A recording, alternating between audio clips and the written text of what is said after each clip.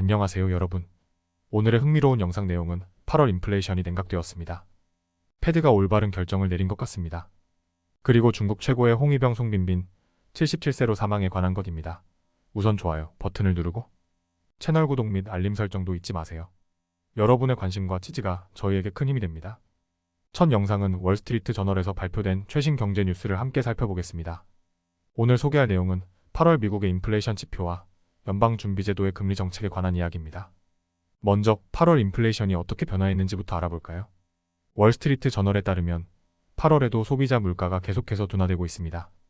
이 데이터는 연방준비제도의 금리나 결정이 적절했음을 시사합니다. 특히 개인 소비지출 가격 지수라는 중요한 인플레이션 지표가 8월에 0.1% 상승한 것으로 나타났습니다.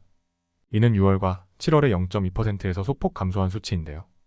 경제 전문가들이 예상한 수치와도 거의 일치했습니다. 연간 기준으로 핵심 PC 물가 상승률은 8월에 2.7%로 측정되었습니다. 7월에 2.6%보다 약간 상승했지만 이는 대체로 예측된 범위 내에 있습니다. 이 데이터를 바탕으로 연준이 최근 단행한 금리 인하가 적절한 결정이라는 평가가 이어지고 있습니다. 특히 9월 초 연방준비제도는 금리를 0.5%포인트 인하했는데 많은 전문가들이 이 결정이 경제를 해치지 않으면서도 인플레이션을 잡기 위한 적절한 조치라고 보고 있습니다.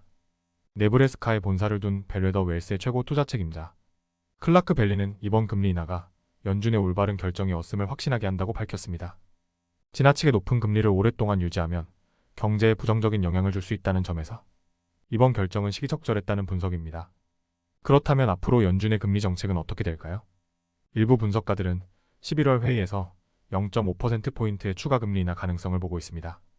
특히 고용지표가 금리 인하 속도를 결정하는 핵심 요인이 될 전망인데요.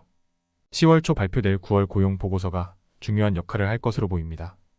8월 소비자 지출은 0.2% 증가했지만 이는 7월의 0.5% 증가보다 둔화된 수치입니다. 특히 상품 지출이 줄어들면서 소비자들의 지출이 다소 신중해지고 있는 모습입니다. 서비스 부문에서는 주거, 금융 서비스, 보험 등에 대한 지출이 꾸준히 증가하고 있습니다.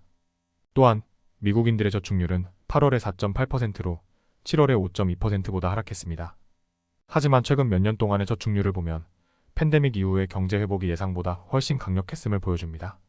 마지막으로 연준은 이제 인플레이션보다는 고용 유지에 더 초점을 맞추게 될 것으로 보입니다. 인플레이션이 어느 정도 잡혔기 때문에 이제는 경제의 전반적인 지출과 고용 상태를 안정적으로 유지하는 것이 중요하다는 분석이 나오고 있습니다. 해리스 퍼넨셜 그룹의 제이미 폭스는 인플레이션이 더 이상 연준의 주요 과제가 아니다. 이제는 경제를 강하게 유지하는 것이 핵심이라고 말하며 앞으로의 정책 방향을 전망했습니다. 오늘은 이렇게 8월 인플레이션 둔화와 연방준비제도의 금리 정책에 대해 알아봤습니다. 경제 상황이 빠르게 변하는 만큼 앞으로의 인플레이션과 금리 정책을 주의 깊게 지켜봐야 할 텐데요. 계속해서 최신 경제 뉴스를 전해드리겠습니다. 다음 영상은 월스트리트 저널의 최근 기사를 바탕으로 송빈빈이라는 인물에 대한 이야기를 소개해드리려고 합니다. 송빈빈은 중국의 문화혁명 시기에 유명한 홍위병 중 한 명으로 그 당시의 상징적인 인물이었는데요. 최근에 77세의 나이로 사망했다는 소식이 전해졌습니다. 이 영상을 통해 그녀의 인생과 문화혁명 당시의 역할, 그리고 나중에 그녀가 어떻게 자신의 행동을 반성했는지에 대해 알아보겠습니다.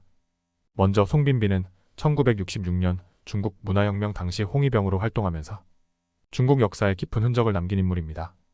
특히 그녀는 문화혁명 초기 베이징의 한 여학교에서 저기대를 이끌었는데요. 학생들과 함께 교사들을 탄압하고 비난하는 포스터를 붙인 사건으로 유명합니다. 이 사건은 교사들을 대상으로 한 폭력 사태로 이어졌고 학교 관계자였던 비안중인이라는 인물이 폭행을 당해 사망하는 결과를 낳았습니다. 송빈빈은 나중에 자신의 행동을 반성하고 사과했지만 직접적인 폭력에 가담한 것은 아니라고 주장했습니다. 1966년 8월 마오쩌둥은 천안문 광장에서 수많은 홍위병 앞에서 연설을 했고 이 자리에서 송빈빈은 마오에게 붉은 완장을 선물하는 장면으로 유명해졌습니다. 마오는 그녀의 충성심에 감탄하며 그녀의 이름을 무장을 뜻하는 야오우로 바꾸라고 제안했지만 송빈빈은 이 별명을 사용하지 않았습니다. 마오의 연설 이후 홍위병에 의해 중국 전역에서 정치적 폭력과 혼란이 확산되었고 베이징에서만 수천 명이 목숨을 잃었습니다. 이로 인해 중국은 10년간의 정치적 혼란 속에 빠졌고 많은 사람들이 재교육이라는 명목으로 농촌으로 보내졌습니다. 송빈빈도 결국 내몽골로 보내졌죠. 문화혁명이 끝난 후 송빈빈은 1980년대에 미국으로 이주하여 MIT에서 박사 학위를 받았습니다. 그녀는 이후 환경 분석가로 일하며 매사추세츠에서 대기질을 연구하는 과학자로 활동했습니다. 그녀의 미국 동료들은 그녀의 과거에 대해 거의 알지 못했으며 송빈빈은 과학자로서 조용한 삶을 살았습니다. 송빈빈은 2012년에 과거의 행위에 대해 반성하며 자신이 작성했던 비난 포스터에 대해 사과했습니다. 또한 2014년에는 다른 홍위병들과 함께 학교를 방문해 그 당시의 행동에 대해 영원한 후회와 슬픔을 표했죠. 하지만 비한 증인의 남편은 이러한 사과를 받아들이지 않았고 송빈빈의 이름은 여전히 그 시기의 상징으로 남아있습니다.